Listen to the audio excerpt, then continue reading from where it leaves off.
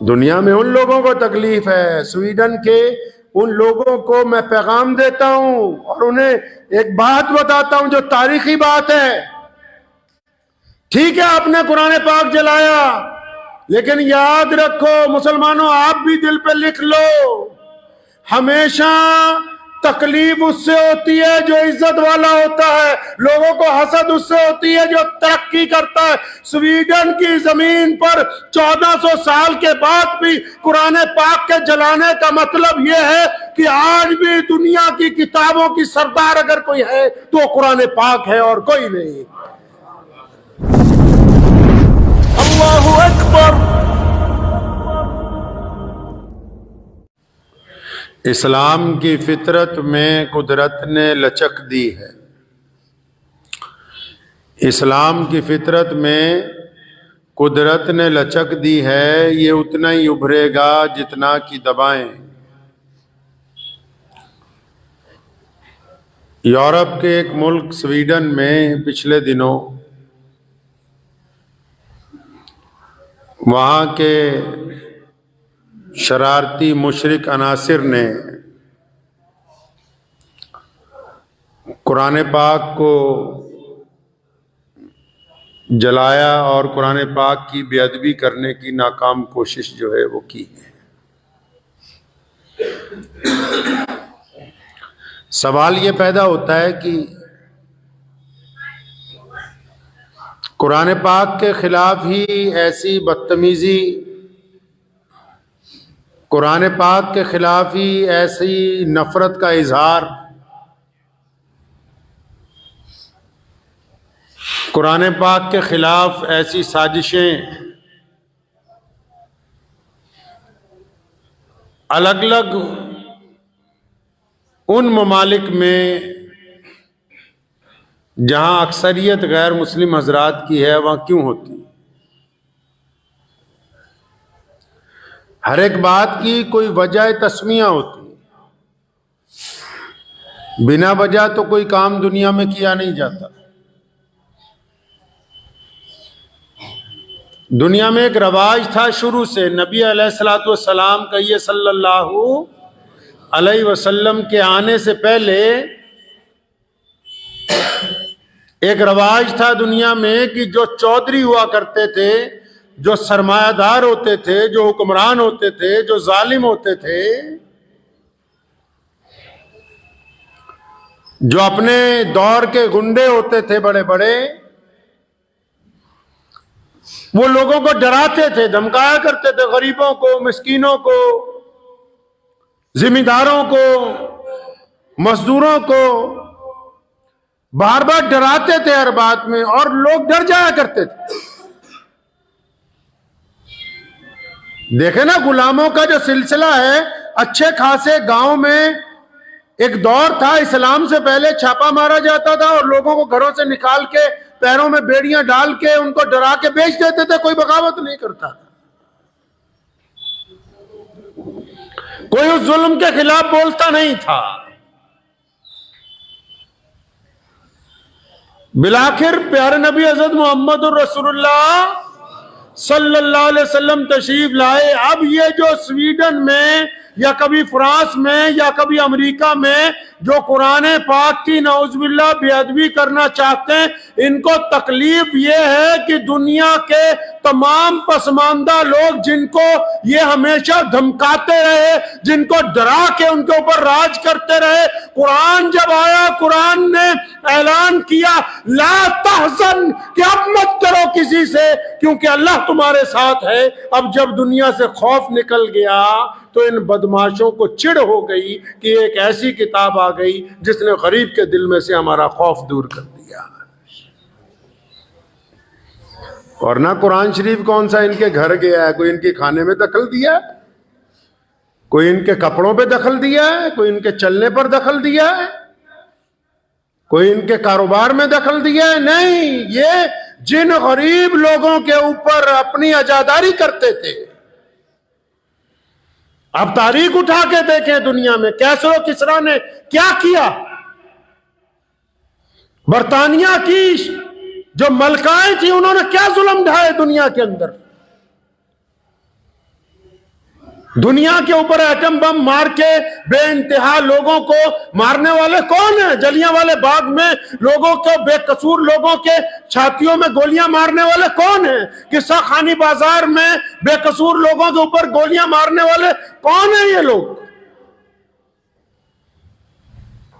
दुनिया के वो तमाम हुक्मरान जो कि इंसान को इंसान का गुलाम बनाने की ख्वाहिश रखते थे, उनकी नापाक नस्लें जो आज भी मौजूद हैं, सिर्फ उनको अल्लाह के कुरान से तकलीफ है, वरना दुनिया में किसी को नहीं है। वरना कुरान पाक की जो गुफ्तगू है, कुरान पाक का जो अंदाज है, अल्लाह ने फरमाया कि हमने तो कुरान को नाजिल कर दिया, अगर कोई इंसान इसको अपनाएगा इज्जतदार बन जाएगा, कोई कौम अपनाएगी इज्जतदार बन जाएगी।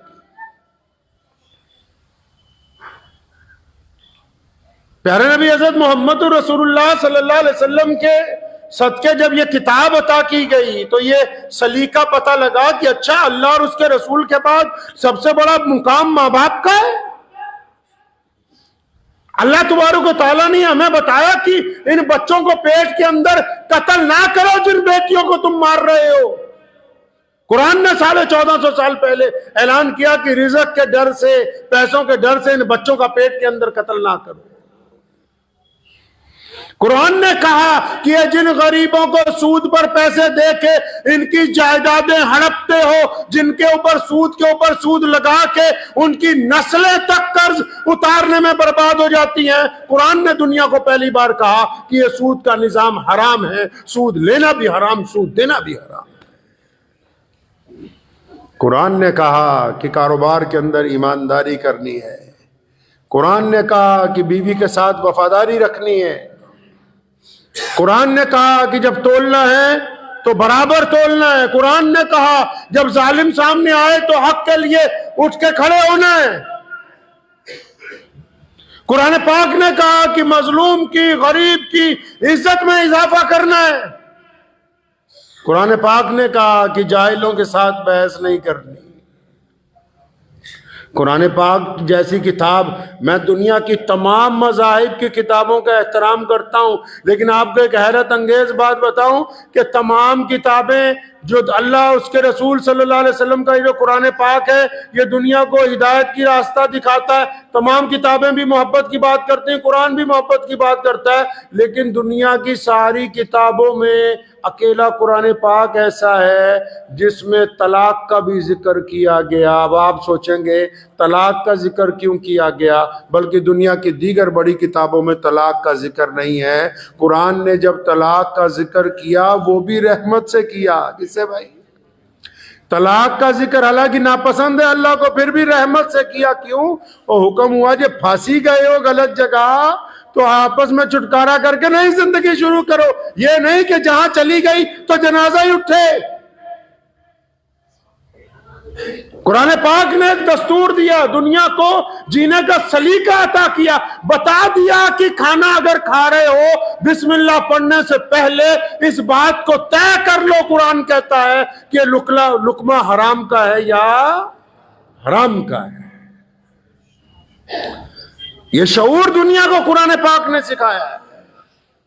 ऐसे ही थोड़ी कि बड़े बड़े लोगों को कुरान पाक से तकलीफ है। आज उनको तकलीफ है जो एक थाली में खाने का, अब एक थाली में खाने का हुनर नहीं रखते, जिनको इंसानों से नफरत है। उनको तकलीफ है जो गोरे और काले में फर्क महसूस करते।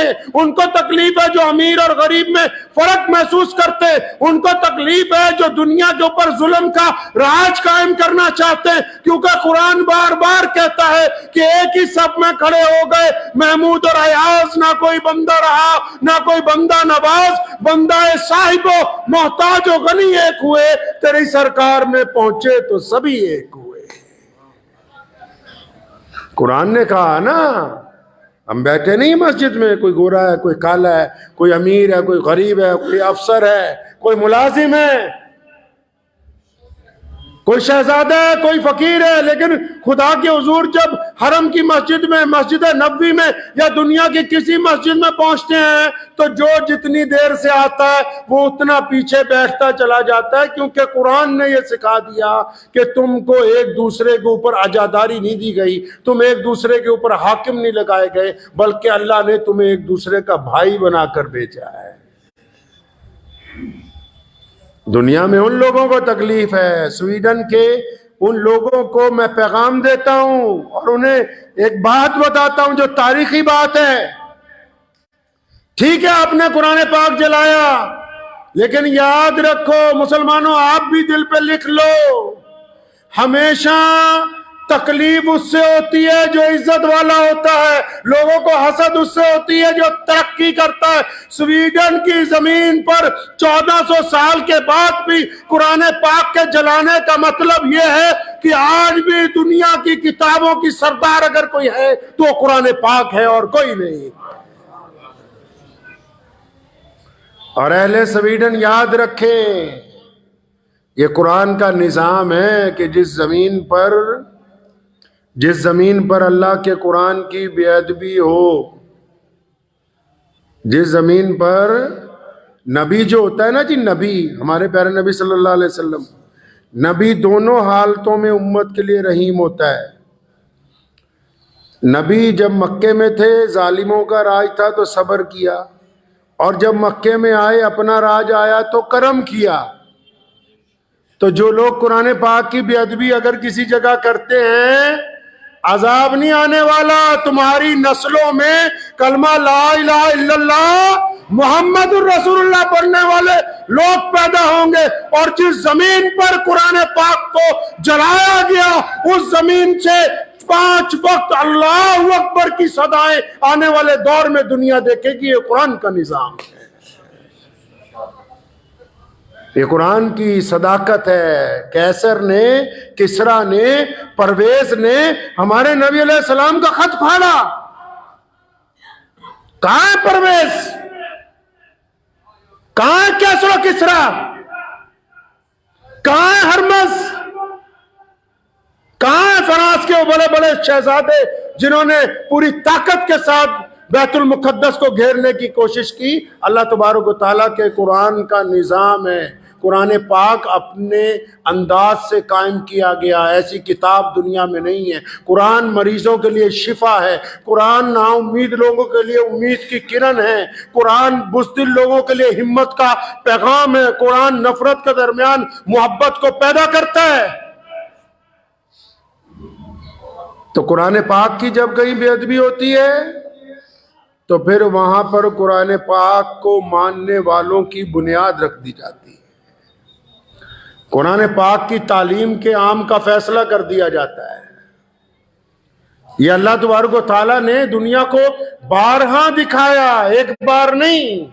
इसमें कोई मुसलमानों का कमाल नहीं है, ना मुसलमानों की तादाद का। अल्लाह ने खुद फरमाया कि मैंने इसकी हिफाजत का जिम्मा लिया है। अल्लाह ने फरमाया कि मैंने कुरान की हिफाजत का जिम्मा खुद उठा रखा है। क़यामत तक अल्लाह की ये किताब कायम रहेगी, क़यामत तक। प्यारे नबी हज़रत मोहम्मद रसूलुल्लाह सल्लल्लाहु अलैहि वसल्लम को यह खूबसूरत किताब अता की गई है। कुरान पाक ने असलूब तय किए जिंदगी गुजारने के। हम रंगो रंग नस्लो नस्ल के लोग हैं इस्लाम के अंदर। हरम के बेटों में मक्का मुकर्रमा से आप देख लीजिए, दुनिया की जिस मर्जी सिमत में निकल जाइए, कुरान पाक जो है किसी एक कौम का, एक रंग का, एक जुबान का, एक नस्ल का थोड़ी है। हमारे मुल्क में भी जिन लोगों ने नौजुबिल्लाह कुरान पाक पे एतराज किया कि इसमें आतंक की आयतें, जब कुरान पढ़ना आता ही नहीं, जिस दिन कुरान पढ़ोगे तो पता ये लगेगा कि आतंकवाद के खिलाफ जिन आयतों को तुमने ये कहा कि आतंक की है, दुनिया में आतंकवाद के खिलाफ पहली सर्जिकल स्ट्राइक, दुनिया में आतंकवाद के खिलाफ पहले हक और इंसाफ का अगर कोई ऐलान करता है तो अल्लाह तबारक व तआला का कुरान करता है।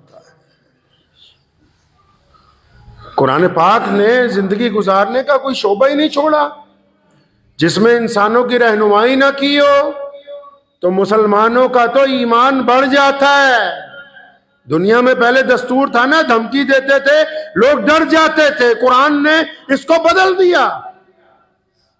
अब धमकी देते तो ईमान बढ़ जाता है, हिम्मत आती है कि अच्छा कुरान तो बड़ी अजमत वाला है, आज भी दुश्मन इसका एतराफ कर रहा है, आज भी इस बात को मान रहा है कि दुनिया में अगर कोई आला तरीन किताब है तो अल्लाह तबारक व तआला का कुरान है।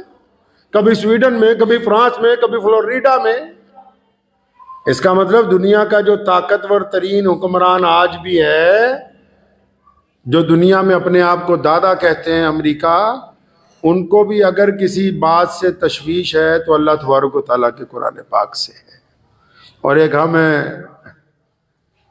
हमने इस ऐसी किताब को जिससे दुश्मन को डर लगता है, एक ऐसी किताब को जिससे नफरत फैलाने वालों को डर लगता है, एक ऐसी किताब जिस पे जुल्म करने वालों को डर लगता है, एक ऐसी किताब जिसने जिंदगी गुजारने का सलीका दिया हो, जिसने माँ बाप का एहतराम, मियाँ बीवी की बातें, जिसने नमाज पढ़ने का तरीका, जिसने कारोबार करने की अदाएं, जिसने मोहब्बत का इजहार, जिसने कोई ऐसा शोभा नहीं छोड़ा जो हमें बताया ना हो।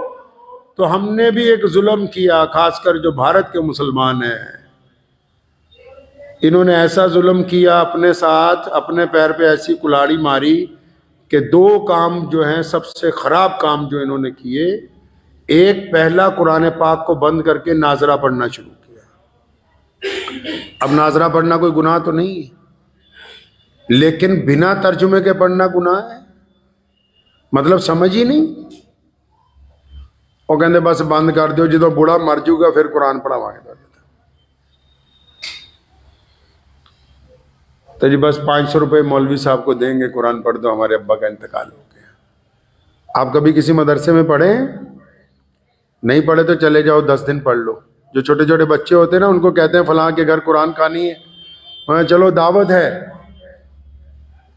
अब अगला कहता है 2-2 4-4 सफे इकट्ठी पट्टी जाओ, इतो केड़ा चौधरी साहब देखना आ रहे कुरान कितना पढ़िया कितना नहीं पढ़े।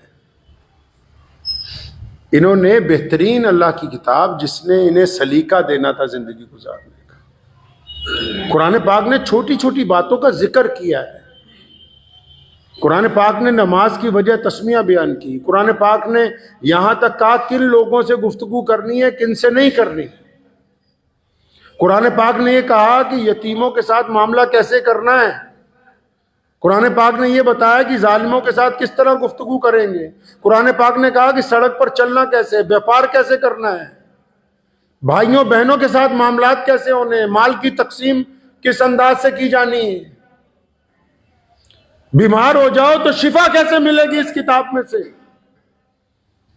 साइंसदान बनना है तो कौन सी आयतें हैं कुरान पाक की जो दुनिया के रमूज खोलती हैं। रसूलुल्लाह कभी समुंदर की तरफ एक कदम नहीं बढ़े और तहतुस सरा का जिक्र, तहतुस सरा का, समुंदर के नीचे 7वीं तह का जिक्र कुरान पाक ने किया है। आसमानों के रमूज खोल के रखे, इंसान के जिस्म के रगो पे के रमूज खोल के रखे। और इन्होंने, भारत के मुसलमानों ने इस किताब को बंद किया। कहते नाजरा पढ़ा दे, जब अब्बा जी का इंतकाल हो जाएगा तो बख्शवा देना बस। दूसरा, हुजूर सल्लल्लाहु अलैहि वसल्लम की सीरत नहीं पढ़ी, सीरत को बंद करके फतवों की किताब ले आए। कुरान पढ़ते, सीरत पढ़ते तो कुरान समझ में आता।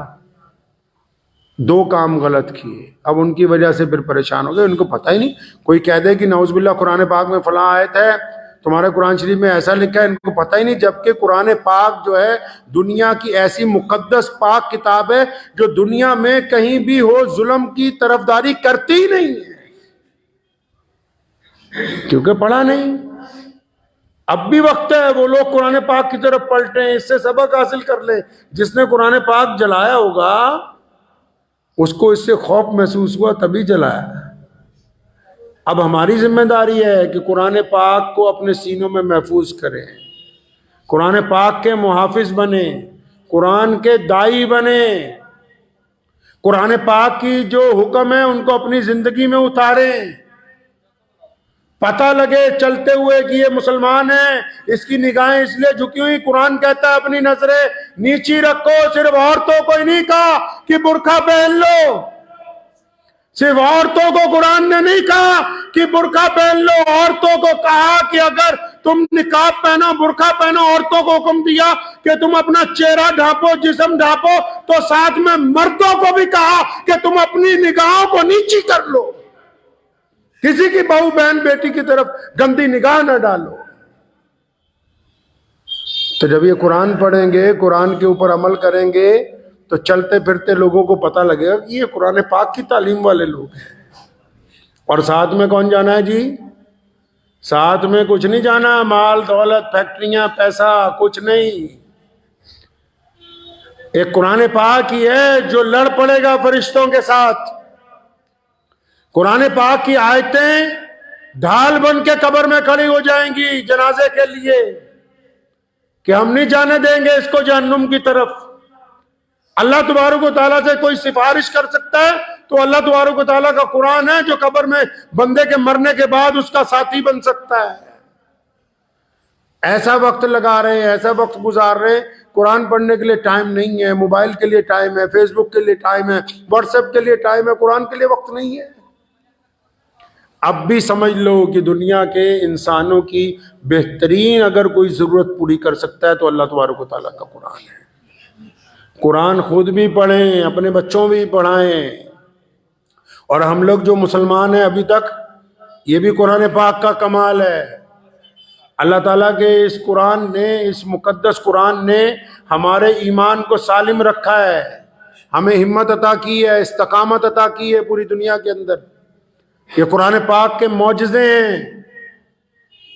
तो इसलिए जरूरी है मुसलमानों की इस बात में तो तारीफ ही है। अक्सर मौलवी नहीं करते, मैं इसलिए पॉजिटिव बात कह दिया करता हूं ताकि इन्हें याद रहे। ये मुसलमानों की तारीफ है कि मुसलमानों ने पूरी दुनिया में, देखो जब अंग्रेज ने कुरान चलाना शुरू किया, अंग्रेज ने कुरान पाक के नुस्खे जब्त किए अपने दौर में इस मुल्क में, तो हमने लाखों हाफिज तैयार किए। रशिया के जार ने, जो वहां का बादशाह था, कुरान पाक के पढ़ने के ऊपर पाबंदी लगाई, कुरान रखने पर पाबंदी लगाई, तो वहां के मुसलमानों ने 70 साल तक तय खानों के अंदर मदरसे चला के लाखों हाफिज कुरान तैयार करके खड़े कर दिए।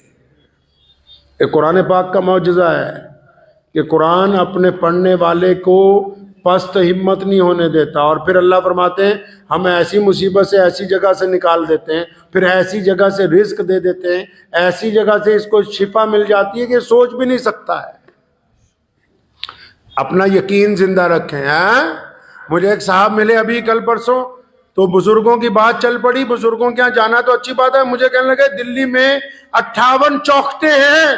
तो मैंने कहा भाई हम तो एक ही चौखट के मुरीद हैं, वो अल्लाह और उसके रसूल की है। जो हर दर पर झुके वो सर सर नहीं होता, जो हर दर पर झुक जाए वो सर सर नहीं होता। कुरान ने इस सर की इज्जत की है कि अल्लाह ने इसको जिस्म का सरदार बनाया है, तो इसके मियार को कायम रखें, अपने ईमान को कायम रखें, इस यकीन को कायम रखें कि जिंदगी है, मौत भी आनी है, सारी जिंदगी तो दुनिया के अंदर रहना नहीं है। तो जब जाना है तो ये जो अमानत है जिंदगी किसकी है? अल्लाह की है ना। जब वापस करनी है तो अमानत देने वाला पूछेगा नहीं कि कैसे गुजारी। तो अगर अल्लाह और उसके रसूल सल्लल्लाहु अलैहि वसल्लम के हम हुक्म के मुताबिक गुजार दें। ये तो बार बार पूरी दुनिया के जो बड़े बड़े दुश्मन हैं इस्लाम मुखालिफ, ये हमें बेदार करते हैं कि उठ जाओ, अपना कुरान संभाल लो, नमाज संभाल लो, अपने दीन को देख लो। ये तो कुरान पाक की अजमत का ऐलान करते हैं बार बार, क्योंकि भाई हसद तो उसी से किया जा सकता है जो बहुत ज्यादा ताकतवर हो। तकलीफ तो दुनिया को उसी से होती है जिसमें कोई बात होती है, जिनमें कोई बात ही नहीं उनसे क्या तकलीफ है। तो ये खुशकिस्मती है हमारी कि अल्लाह तबारक व तआला ने मुझे और आप सबको कलमा ला इलाहा इल्लल्लाह मोहम्मद रसूलुल्लाह सल्लल्लाहु अलैहि वसल्लम की दौलत अता फरमाई। इसलिए इस बात को आज से अपने जहन में रख लें कि हम जब बाज़ार में चलें, घर में हों, कारोबार में हों, हमारा मिजाज जो है अल्लाह और उसके रसूल के हुक्म के मुताबिक हो। हमारे हमवतन भाई जो हैं, हमारे हिंदू भाई, सिख भाई, ईसाई भाई, दलित भाई, जैनी भाई, जब आप उनसे मिले, मामलात करें, इस्लाम ने ये नहीं कहा कि सारी दुनिया मुसलमान हो जाए, लेकिन इस्लाम ये चाहता है कि एक मुसलमान जब किसी गैर मुस्लिम से मामला करे तो वो गैर मुस्लिम उसकी पीठ के पीछे, उसकी गैर मौजूदगी में ये कहने पर मजबूर हो कि ये बंदा ईमानदार है। जन्नत में जाना तभी है, अकलियां नमाजा नहीं ले जानिया, सिर्फ जुम्मा जुम्मा नहीं हो जाना जन्नत में। ये वाली गवाही जरूरी है। कौन सी? जो हमारे हमवतन दोस्त हैं, हमारे हमवतन साथी हैं, हमारे कारोबार के साथी हैं, हमारी तालीम के साथी हैं, और वो तब आपको अच्छा कहेंगे जब आपके किरदार में से खुशबू आएगी। दुनिया को रसूलुल्लाह ने जब बताना था, जब दुनिया को ये बताना था कि अल्लाह वहदहु ला शरीक की इबादत करो, जब ये बताना था कि मैं अल्लाह का रसूल बन के आया हूं, तो इन दोनों बातों से पहले मेरे करीम रसूल ने कही सल्लल्लाहु अलैहि वसल्लम, इन दोनों बातों से पहले नबी अलैहि सलाम ने एक बड़ी प्यारी बात मुशरिकीन मक्का को कही थी। क्या फरमाया? फरमाया कि तुम्हारा मेरे बारे में क्या ख्याल है। ये निचोड़ है जिंदगी का। फरमाया तुम्हारा मेरे बारे में क्या ख्याल है। सारे ही उठ के खड़े हो गए, या रसूलल्लाह, ए मोहम्मद सल्लल्लाहु अलैहि वसल्लम, आप जैसा खूबसूरत कोई नहीं, सच बोलने वाला कोई नहीं, शर्मो हया वाला कोई नहीं, अमानत रखने वाला कोई नहीं। यानी पूरे मक्के के लोगों ने गवाही दी कि मोहम्मद सल्लल्लाहु अलैहि वसल्लम आप तो सबसे आला हैं, आपका किरदार बोलता है। फरमाया अच्छा, जब तुम्हें इस बात की तसल्ली है कि मैं तमाम मामलात में तुम सबसे अच्छा हूं, तो फिर अब मैं तुम्हें बताता हूं कि आओ अल्लाह और उसके रसूल सल्लल्लाहु अलैहि वसल्लम की तरफ आ जाओ। तो जिंदगी का फन क्या है भाई? दूसरों को अच्छा नहीं बनाना, फन ये है कि खुद अच्छा बनना है। बनेगा इंशाअल्लाह। हमने कुरान रोज पढ़ना है। कौन कौन हजरात वादा करते हैं कि रोज कम से कम 1 रुकू, 2 रुकू, 3 रुकू रोज पढ़ेंगे इंशाअल्लाह। नहीं पढ़ना आता सीखने जाएंगे इंशाअल्लाह, पढ़ेंगे रोजाना। सफर में हो, जहां कहीं भी हो, इस्लाम की तहफ्फुज यही है कि जितना दुश्मन नाराज हो हम उतने पक्के मुसलमान बने। दुआ कीजिए अल्लाह ताला मुझे भी और आप सबको भी इन बातों पे अमल की तौफीक अता फरमाए। व आखिरु दावाना अनिल हम्दुलिल्लाहि रब्बिल आलमीन। मुझे उम्मीद है कि आपको ये वीडियो पसंद आई होगी। अगर पसंद आई हो तो ये आप अपने दोस्तों के साथ शेयर करें और इस चैनल को सब्सक्राइब जरूर करें।